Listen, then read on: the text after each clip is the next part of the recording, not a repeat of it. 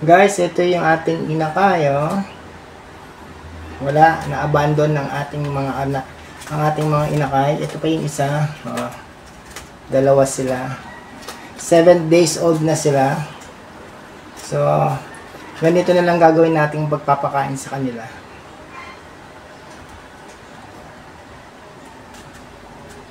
Matapon. Masyadong marami ang tubig. Kailangan natin. Palpak yung ginawa natin ano ha. Kasi dapat talaga lobo. Oh, pasok ka.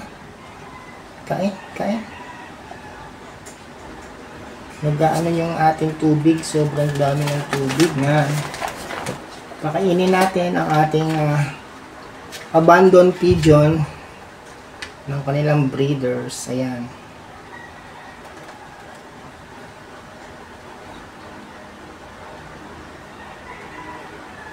Nakakain ba? Parang ang hirap naman pakainin. Tatanggalin ko lang nga to.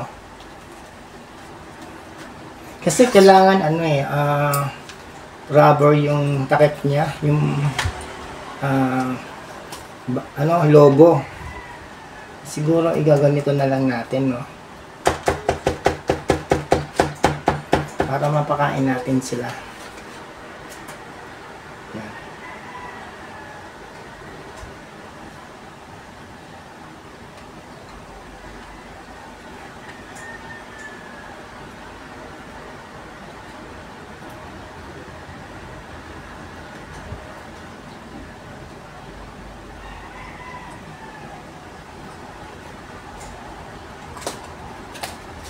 Nahirapan sila.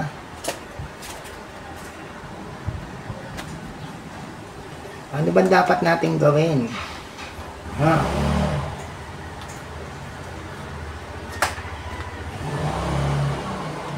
Okay, nahirapan din magpakain. Siguro kailangan natin bumili ng injection, no? Kasi bata pa itong mga to, 7 days old pa lang eh, oh. Mahirap, ayaw ibo kayong bibig nila.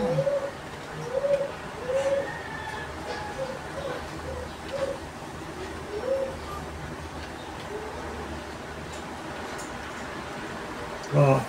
So kailangan natin bumili ng injection, yung ginaganon para i-ano natin dun sa tuka nila. Kasi bata pa sila, hinihirapan pa sila. Siguro kung mga siguro mga 10 days o 15 days, hindi na sila mahirapan pag ganito ang gagamitin natin. Hirapan sila eh. Oh. Kawawa naman, iniwan sila ng mga nanay at tatay nila. O, tingnan nyo, o. Kumakain kaya sila ng mabuti.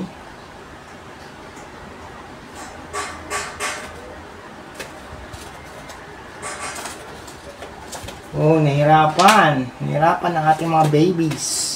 So, hanggang dito na lang muna tayo at baka bumili tayo ng injection na lang na igagano natin sa kanilang mga tuka para mapakain natin ng maayos ang mga inakay natin.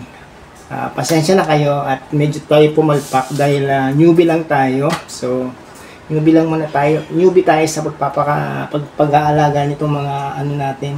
Lalo na-abandon pa siya ng kanilang mga magulang. O, tignan nyo, ayaw nilang kumain. Mahirap eh, oh. Baby pa kasi, oh.